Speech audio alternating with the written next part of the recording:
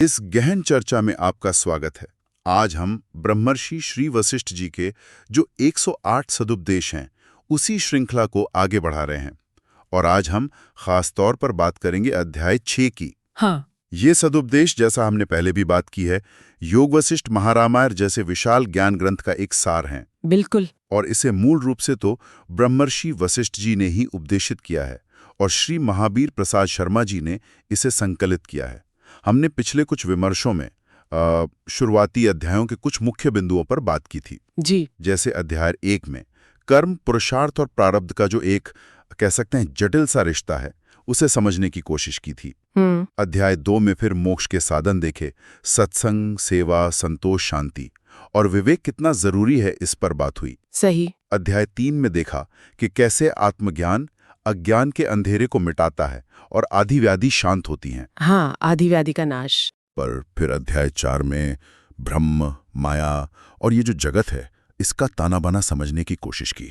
उसका स्वरूप क्या है ना? हाँ, और पिछले ही अध्याय में, अध्याय 5 में ज्ञान की 7 भूमिकाओं पर चर्चा हुई थी, शुभेच्छा से शुरू होकर तुर्यगा तक। वो 7 अवस्थाएं, बिल्कुल।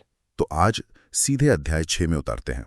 इसका शीर्षक है चित्त, अहंकार और वासना का बंधन। ये अध्याय ऐसा लगता है जैसे हमारे जो अंदरूनी बंधन है ना, उनकी मनोवैज्ञानिक जड़ों को खोल रहा है।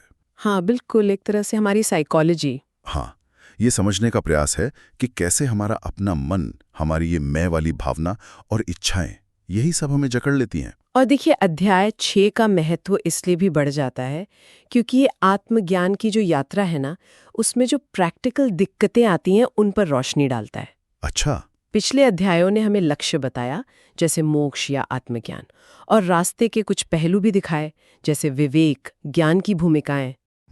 पर अब ये अध्याय उन अंदरूनी ताकतों की बात कर रहा है, चित्त, अहंकार, वासना, कि ये काम कैसे करती हैं, ये हमें रोक भी सकती हैं और मदद भी कर सकती हैं। सही कहा। इनको समझे बिना वो मुक्ति का रास्ता बस थ्योरी रह जाता है ना। बिल्कुल। ये हमें अपने रोज के जो अनुभव हैं, उन्हें एक नई नजर से देखने में मदद करता है। तो चलिए चित्त से ही शुरू करते हैं। इसे संसार का निर्माता भी कहा गया है। हाँ। सदुपदेश 37 एक बहुत गहरी बात कहता है।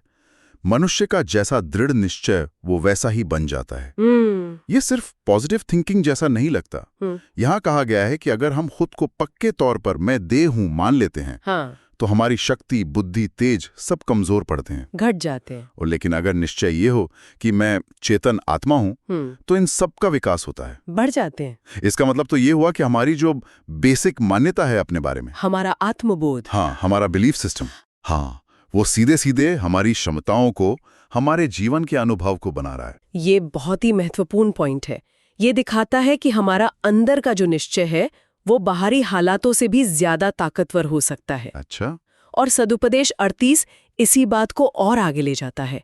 कहता है, विशुद्ध चित्त आत्मसत्ता से प्रकाशित रहता है। विशुद्ध चित्त? हाँ, विशुद्ध मतलब राग, द्वेष, मोह, ईर्ष्या, ये जो मैल है मन के, इनसे रहित, साफ मन। बिल्कुल।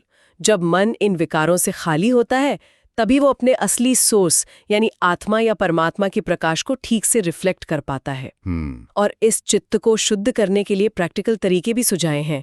दूसरों के सुख में खुश होना, मैत्री, दुखियों के लिए दर्द महसूस करना, करुणा, अच्छा। जो अच्छा काम कर रहे हैं उनके लिए प्रसन्न होना, मुदिता, और जो पापी या बुरे लोग हैं उनके प्रति एक तरह से तटस्थ रहना, उपेक्षा का भाव रखना। उपेक्षा? हाँ, ये सिर्फ नैतिक गुण नहीं है, ये मन को साफ करने की साधनाएं हैं। तो क्या मतलब ये हुआ कि चित्त शुद्धि एक तरह से हमारे बाहरी रिश्तों को सुधारने का तरीका भी है? बिल्कुल। यानी दूसरों के प्रति भाव बदलकर हम अपना मन साफ कर सकते हैं? निश्चित रूप से ये दोनों जुड़े हुए हैं। अंदर की शुद्धि और बाहर का व्यवहार, ये साथ साथ चलते हैं। अच्छा। जब हम दूसरों के लिए मैत्री, करुणा रखते हैं, तो हमारे अपने मन के जो विकार हैं वो शांत होते हैं। और जब मन शांत और शुद्ध होता है, तो हमारा बाहरी बर्ताव भी अपने आप संतुलित और करुणामय हो जाता है। ये एक साइकिल जैसी है। अंदर से बाहर, बाहर से अंदर। हाँ, दोनों तरफ काम करती है शुद्धि। लेकिन चित्त पर पूरी तरह विजय पाना, ये तो बहुत बड़ी चुनौती लगती है तो सदुपदेश 39 इसके लिए 4 युक्तियां या कह लें रणनीतियां बताता है। जी। पहला, अध्यात्म विद्या की प्राप्ति, मतलब आत्मज्ञान सुनना, मनन करना, उस पर टिकना। श्रवण, मनन, निधिध्यासन। हाँ। दूसरा, साधु संगति, यानी ज्ञानी लोगों का साथ। बिल्कुल। तीसरा, वासना का सर्वथा परित्याग, मतलब इच्छाओं की जड़ ही काट देना पूरी तरह से। और चौथा, प्राण स्पंदन का निरोध, प्राणायाम वगैरह से प्राणों की चंचलता को रोकना। हाँ, प्राणों को साधना। यहाँ एक खास बात कही गई है कि परमात्मा का यथार्थ ज्ञान, मनोनाश यानी मन का अपने कारण में लीन हो जाना, और वासना क्षय यानी इच्छाओं का पूरी तरह मिट जाना, ये तीनों एक दूसरे पर निर्भर हैं। इंटरडिपेंडेंट है। हाँ, एक सधेगा तभी बाकी दो सधेंगे। ये तीनों मिलकर ही पूरी मुक्ति का रास्ता खोलते हैं। और ये समझना कि ये तीनों जुड़े कैसे हैं, ये बहुत जरूरी है। सदुपदेश 40 इसी कनेक्शन को और साफ करता है। कहता है, विषय पदार्थ का चिंतन दुख रूप और परमात्मा का चिंतन सुख रूप। अच्छा। ये बताता है कि मन भटकता क्यों है और प्राण चंचल क्यों होते हैं। क्यों? क्योंकि हमारा ध्यान, हमारी आसक्ति वो बाहरी चीजों, अनुभवों, लोगों में अटकी रहती है, जिन्हें यहाँ विषय पदार्थ कहा है। सांसारिक चीजें। हाँ, यही आसक्ति वासनाओं को जन्म देती है और प्राणों को बाहर की तरफ दौड़ाती है, जिससे मन अशांत रहता है। ठीक है। जब हम ये बाहरी चिंतन छोड़कर अपना ध्यान अंदर लाते हैं, अपने आत्म स्वरूप या परमात्मा पर लगाते हैं, तभी वासनाएं कमजोर पड़ती हैं, प्राण स्थिर होते हैं और मन शांत होता है। तो मतलब शांति और सुख बाहर नहीं है? नहीं, वो हमारे ध्यान के फोकस में है। बिल्कुल। हम अपना फोकस कहाँ रखते हैं, वही हमारे अनुभव की क्वालिटी तय करता है। ये बात तो बहुत गहरी है कि हमारा ध्यान ही दुख या सुख बना रहा है। हाँ जी। अच्छा, चित्त के बाद अब आते हैं वासना पर, इच्छाओं पर। वासना। सदुपदेश 41 दो तरह की वासनाओं में फर्क करता है, मलिन और शुद्ध। हाँ। मलिन वासना वो है जो हमें बांधती है, जिसमें ये भाव है कि ये मुझे चाहिए, ये नहीं चाहिए, और जो दुनियावी चीजों से जुड़ी है। हाँ, जो हर्ष शोक देती है। बिल्कुल वही। लेकिन शुद्ध वासना, उसे भुने हुए बीज की तरह बताया गया है। भुना हुआ बीज। हाँ, जैसे भुना बीज फिर उग नहीं सकता, वैसे ही शुद्ध वासना वाले जो ज्ञानी पुरुष हैं, वो कर्म करते हुए भी उसमें फंसते नहीं। उनमें आसक्ति नहीं होती। हाँ, उनमें आसक्ति नहीं होती। वो बस प्रारब्ध का भोग पूरा करने के लिए शरीर धारण किए रहते हैं। हाँ, ये भेद समझना बहुत जरूरी है। मलिन वासना में मैं कर रहा हूं, मुझे चाहिए वाला अहंकार जुड़ा होता है, कर्तापन का भाव। बिल्कुल। जबकि शुद्ध वासना में वो कर्तापन का भाव नहीं होता, वो बस जीवन जीने की एक सहज प्रक्रिया होती है, बिना किसी अटैचमेंट या फल की इच्छा के। और सदुपदेश 42 इसी बात को और पुख्ता करता है। सांसारिक इच्छा बंधनकारी, संतोष मोक्षकारी। इच्छा बंधन है, संतोष मोक्ष है। हाँ, ये जो संकल्प उठता है ना कि ये चीज मुझे मिल जाए, यही संसार का जाल बुनता है। जब तक ये इच्छाएं हैं, तब तक ये जन्म मृत्यु का चक्कर चलता रहता है। अच्छा। और इनका त्याग, इनका ना होना ही मोक्ष है। पर यहाँ संतोष का मतलब सिर्फ जो मिला उसमें खुश रहना नहीं है। तो क्या है? ये गहरी समझ है। मैं सर्वव्यापी हूँ, चैतन्य हूँ, शांत और कल्याण स्वरूप ब्रह्म ही हूँ। इस निश्चय से जो एक पूर्णता का भाव आता है ना, वही सच्चा संतोष है। जब ये एहसास होता है कि मैं खुद ही पूर्ण हूँ, तो बाहर की चीजों की इच्छा अपने आप कमजोर पड़ जाती है। तो संतोष यहाँ कोई पैसिव चीज नहीं है। नहीं, बिल्कुल नहीं। बल्कि एक आंतरिक पूर्णता का बोध है, जिससे इच्छाएं खुद ही शांत हो जाती हैं। सही। ये समझना तो वाकई रोज की भागदौड़ में एक नया नजरिया दे सकता है। बिल्कुल। अब मन और वासना की ये जो गुत्थी है, इसका असर सिर्फ मेंटल लेवल पर नहीं है, बल्कि हमारे स्थूल अनुभव यानी शरीर पर भी पड़ता है। हाँ, बिल्कुल। सदुपदेश 43 दो शरीरों की बात करता है, मनोमय शरीर और भौतिक शरीर। भौतिक शरीर तो ये है ही अन्नमय कोश, जिसे हम देख छू सकते हैं, कि नाशवान है और काफी हद तक मन की हालत पर निर्भर करता है। हाँ। लेकिन मनोमय शरीर सूक्ष्म है, मन और प्राणों से बना हुआ। ये बहुत चंचल है, पर साथ ही बहुत शक्तिशाली भी। हाँ, पावरफुल है। असल में हमारे सारे अनुभव, सुख दुख, वो इसी मनोमय शरीर के लेवल पर होते हैं। सही कहा। इसीलिए उपासना, ध्यान या जो भी मेंटल डिसिप्लिन है, वो इतना महत्वपूर्ण है, क्योंकि वो सीधे मनोमय शरीर को साधने की कोशिश है। बिल्कुल सही। मनोमय शरीर ही हमारे अनुभवों का बेस है, और जब ये मनोमय शरीर ठीक नहीं होता, बीमार होता है, तो उसका असर स्थूल शरीर पर भी दिखता है। सदुपदेश 44 इसी मानसिक बीमारी की बात करता है। मोह एवं ईर्ष्या मन के रोग हैं। मन के रोग? हाँ, जब मन दुनियावी चीजों, रिश्तों में बुरी तरह फंस जाता है, मोह, या दूसरों की तरक्की देखकर जलता है, ईर्ष्या, तो वो बीमार हो जाता है। और जैसा मन होता है वैसी ही हमारी सोच बनती है, और वही सोच हमारे फिजिकल शरीर की सेहत पर भी असर डालती है। अच्छा। इसीलिए कहा है कि स्वस्थ मनोवृत्ति से ही मन और तन दोनों स्वस्थ रहते हैं। तो इन मानसिक रोगों का इलाज क्या बताया? वही 3 चीजें: ज्ञान, सही समझ, उपासना, ध्यान, भक्ति और निष्काम सेवा, बिना स्वार्थ के कर्म। ये सीधे तौर पर दिखाता है कि मेंटल और फिजिकल हेल्थ कितने गहरे जुड़े हुए हैं। मन की शांति ही तन की सेहत की चाबी है। यहाँ से बात और भी दिलचस्प हो जाती है, क्योंकि अब हमारे हैं अहंकार पर। हाँ, अहंकार। सदोपदेश 45 3 तरह के अहंकार या मैं की भावना बताता है। 3 तरह के? हाँ, पहला, जिसे उत्तम अहंकार कहा है, वो है मैं ब्रह्म हूं, अहम ब्रह्मास्मि। ये ज्ञानियों की, जीवन मुक्त पुरुषों की अवस्था है। ये मोक्ष स्वरूप है। ये तो सबसे ऊंचा हुआ। हाँ। दूसरा है शुभ अहंकार, मैं शरीर, मन, बुद्धि से अलग साक्षी आत्मा हूं। ये समझ मोक्ष पाने में मदद करती है, क्योंकि ये हमें जड़ चीजों से अलग करती है। ये सहायक है। बिल्कुल। और तीसरा, जो सबसे खतरनाक बताया है, वो है मिथ्या अहंकार या दुनियावी अभिमान। ये शरीर ही मैं हूं। अच्छा, ये वाला? हाँ, यही वो अहंकार है जो हमें बांधता है, जिसे जीवात्मा का सबसे बड़ा दुश्मन कहा गया है।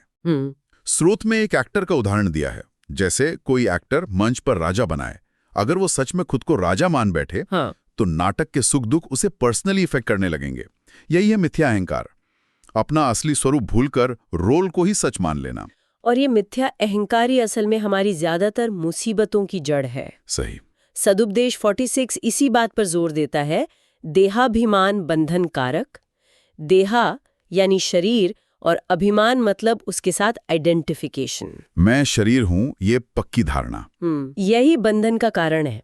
हम असल में है चेतन आत्मा, जानने वाले, देखने वाले, ज्ञाता, दृष्टा। हाँ, और शरीर जड़ है, दृश्य है, जानने में आने वाली चीज है, ज्ञेय। हाँ, जब हम ज्ञाता होते हुए खुद को ज्ञेय मान लेते हैं, मतलब चेतन आत्मा होते हुए जड़ शरीर मान लेते हैं, बस यही सारी गड़बड़ शुरू होती है। यही गांठ पड़ जाती है। बिल्कुल, यही वो गांठ है जो हमें संसार से बांधती है। उदाहरण दिया है कमल के पत्ते का। हाँ, वो पानी में रहता है पर भीगता नहीं। हाँ, निर्लिप्त रहता है। आत्मा भी शरीर में वैसे ही रह सकती है, लेकिन देहाभिमान के चक्कर में हम शरीर के जन्म, मृत्यु, सुख दुख, रोग शोक सबको अपना मान लेते हैं और दुखी होते रहते हैं। तो सार ये निकला कि अहंकार अपने आप में बुरा नहीं, बल्कि गलत पहचान, शरीर से जुड़ना ही बंधन का मूल है। हाँ, मैं ब्रह्म हूं वाला अहंकार तो मोक्षदायक है। हाँ, बिल्कुल। ये समझ तो अहंकार को देखने का पूरा नजरिया ही बदल देती है। सही बात है। और ये जो मिथ्या अहंकार और मलिन वासनाएं हैं, इनका असर सिर्फ इसी जीवन तक नहीं रहता। नहीं। सदुपदेश 47 पुनर्जन्म की बात करता है। हाँ। और कहता है पुनर्जन्म में संस्कार हेतु। संस्कार यानी हमारी जो गहरे संस्कार बन जाते हैं, जो पक्की धारणाएं बन जाती हैं, वही अगले जन्म का बेस बनती हैं। अच्छा। जैसी हमारी आखिरी समय की सबसे प्रबल वासना या संस्कार होता है, उसी के हिसाब से हमें अगला शरीर मिलता है, चाहे वो पशु का हो, पक्षी का, देव का या फिर मनुष्य का। जैसी मति वैसी गति। हाँ, कुछ वैसा ही। लेकिन यहाँ एक उम्मीद भी है। ज्ञान और भक्ति के लगातार अभ्यास से पुराने बुरे संस्कारों को मिटाया जा सकता है, धोया जा सकता और है, नए शुभ संस्कार बनाए जा सकते हैं। इससे व्यक्ति सत्य संकल्प बन सकता है, मतलब उसके संकल्प सिद्ध होने लगते हैं और वो जीवन मुक्त हो सकता है। और इस पुनर्जन्म के चक्र का असली कारण क्या है? सदुपदेश 48 उसे साफ करता है। मलिन वासना के कारण पुनर्जन्म। अच्छा, फिर वही वासना। हाँ, जब तक चित्त में अशुद्ध दुनियावी इच्छाएं, मलिन वासनाएं बाकी हैं, तब तक ये जन्म मरण का खेल चलता रहेगा। जैसे ही आत्मज्ञान से ये वासनाएं शांत होती हैं, पूरी तरह खत्म हो जाती हैं, तब ये जो दिखने वाला जगत है, ये संसार का भ्रम, वो वैसे ही खत्म हो जाता है जैसे नींद टूटने पर सपने का संसार गायब हो जाता है। जैसे सपना टूट गया। हाँ, यहाँ बहिर्मुखी और अंतर्मुखी चित्तवृत्ति का भी जिक्र है। जब हमारा चित्त बाहर की ओर भागता है, विषयों में, इंद्रियों के सुखों में, तो ये बंधन का रास्ता है। लेकिन जब वही चित्त अंदर की ओर मुड़ता है, अपने भीतर आत्मा की तरफ, उसमें लीन होने लगता, तो वही मोक्ष का रास्ता बन जाता है। तो यात्रा बाहर से अंदर की है। बिल्कुल, सारी यात्रा अंदर की तरफ है। तो अगर हम इस पूरे अध्याय 6 को समेटे, तो क्या मुख्य बातें निकलती हैं? मेरे हिसाब से पहली बड़ी बात यह है कि हमारा मन सिर्फ सोचता नहीं है, वो हमारी दुनिया को रचता है। हाँ, निर्माता है। दूसरी, हमारा अहंकार, खासकर ये मैं शरीर हूं वाला भाव, ये हमें अपने असली स्वरूप से दूर ले जाकर बांध देता है। ये सबसे बड़ा बंधन है। और तीसरी, हमारी जो अनकंट्रोल्ड इच्छाएं हैं, मलिन वासनाएं, वो ना सिर्फ इस जीवन में दुख देती हैं, बल्कि हमें बार बार जन्म लेने पर भी मजबूर करती हैं। बिल्कुल। तो इन तीनों, चित्त, अहंकार और वासना, इनको समझना और साधना, यही मुक्ति की चाबी लगती है। हाँ। ये जानकर हमें अपने जीवन की घटनाओं और अपनी प्रतिक्रियाओं को एक अलग नजरिए से देखने की प्रेरणा मिलती है। हाँ, और अगर हम इसे योग वासिष्ठ के पूरे कॉन्टेक्स्ट में देखें तो अध्याय 6 एक बहुत जरूरी पुल का काम करता है।